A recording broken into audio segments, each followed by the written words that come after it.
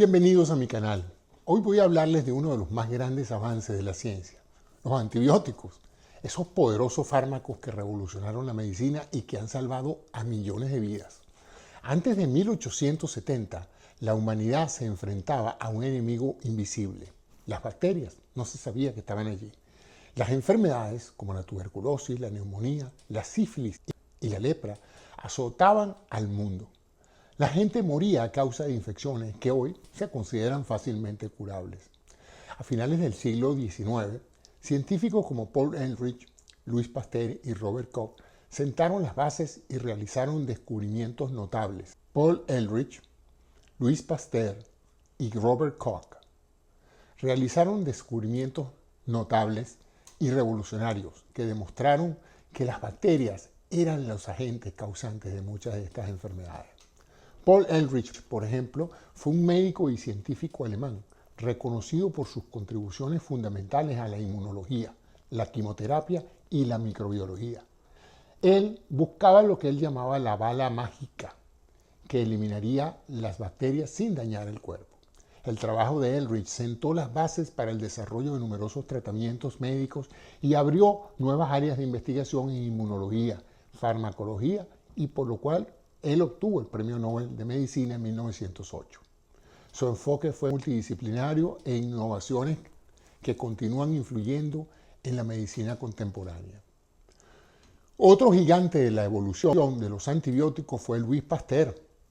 Pasteur fue un científico y químico francés conocido como uno de los fundadores de la microbiología moderna. Sus investigaciones y descubrimientos tuvieron un impacto profundo en la medicina, la biología y sobre todo en la industria alimentaria. Recuerden el proceso de pasteurización. Y no podemos olvidar a Robert Koch, quien fue un médico y microbiólogo alemán conocido por ser uno de los fundadores de la bacteriología y descubridor del bacilo que lleva su nombre, el bacilo de Koch, causante de la tuberculosis. Sus descubrimientos revolucionaron la comprensión de las enfermedades infecciosas, pero en relación con los antibióticos es sin duda el médico y bacteriólogo escocés Alexander Fleming, cuando en 1928 descubrió por accidente la penicilina.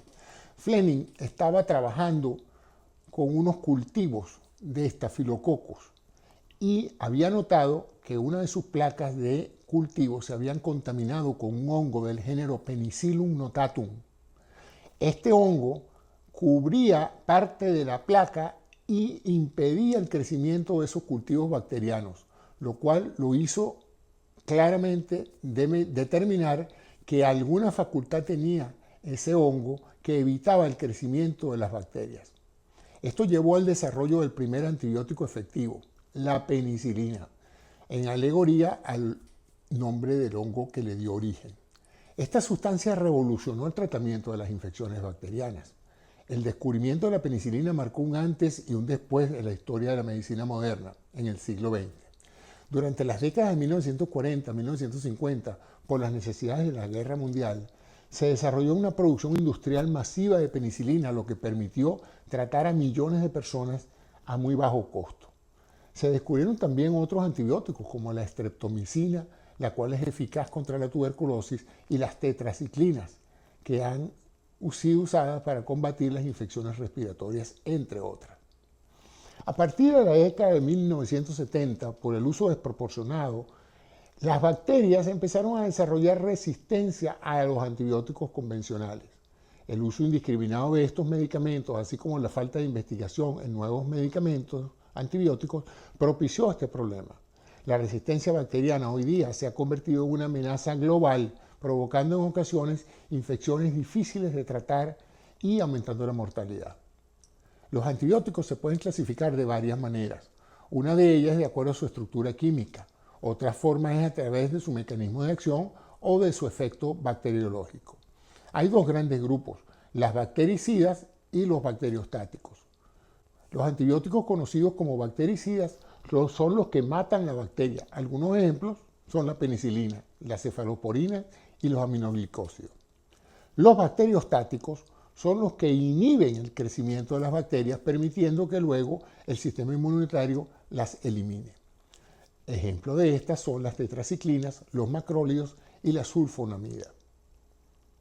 En relación con el espectro de actividad de estos antibióticos, los antibióticos de amplio espectro son efectivos contra una amplia variedad de bacterias, tanto gram positivas como gram negativas, que es una forma de clasificar las bacterias. Otros ejemplos de antibióticos de amplio espectro incluyen la moxacilina, la ciprofloxacina. También entonces tenemos los antibióticos de espectro reducido, que solo son efectivos contra un grupo más limitado de bacterias, y en este grupo encontramos la penicilina G, que actúa sobre bacterias gram positivas, así como la vancomicina.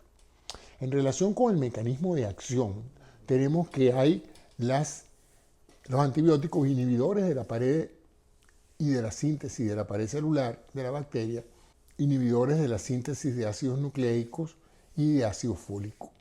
Y en relación con su origen, los antibióticos pueden ser semisintéticos, sintéticos o naturales. Y en relación a su estructura química encontramos antibióticos que se conocen como los beta-lactamos, los macrólidos, las tetraciclinas, los aminoglicósidos y las quinolonas. Cada uno de estos grupos antibióticos tiene su propio espectro de actividad y se usan para tratar diferentes tipos de infecciones bacterianas.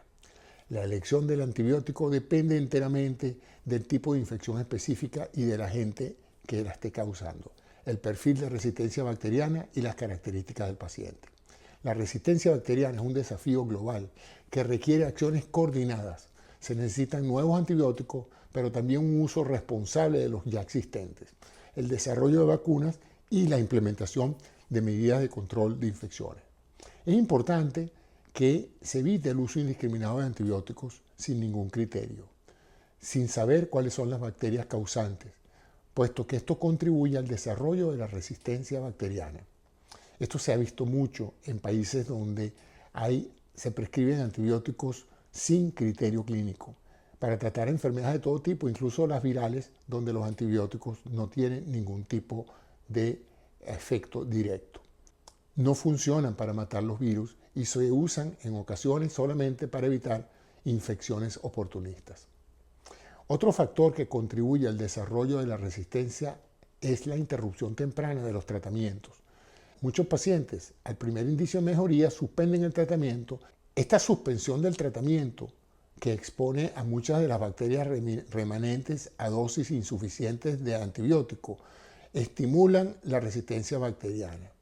De todos modos, como les dije, la historia de los antibióticos es hoy un testimonio del ingenio humano y de la lucha contra las enfermedades. Sin embargo, la resistencia bacteriana es una amenaza real y requiere el uso responsable y la búsqueda de nuevas estrategias para proteger nuestra salud. Espero que esta información les haya sido de utilidad para entender la importancia de los antibióticos, de su uso apropiado, del mantenimiento de las dosis adecuadas y de la duración del tratamiento, de la no suspensión temprana del mismo, para evitar que se produzcan cepas que puedan terminar siendo resistentes a algunos antibióticos. La especialidad médica que se encarga del estudio de las infecciones es la infectología. Son médicos internistas o médicos generales que se especializan en enfermedades infecciosas y ellos son, digamos, los más capacitados en un momento dado para atender infecciones graves y complejas que son resistentes a la terapia convencional. Entonces es muy importante que usted aprenda los detalles que tienen que ver con la administración correcta de los antibióticos, en las dosis suficientes, en el horario adecuado y que evite lo posible la interrupción del curso de tratamiento hasta tanto no completar el mismo. Esas son mis recomendaciones. Bueno, espero que les haya sido de interés este pequeño breve resumen de la evolución de los antibióticos y espero que me acompañen en próximos programas. Muchas gracias por su atención.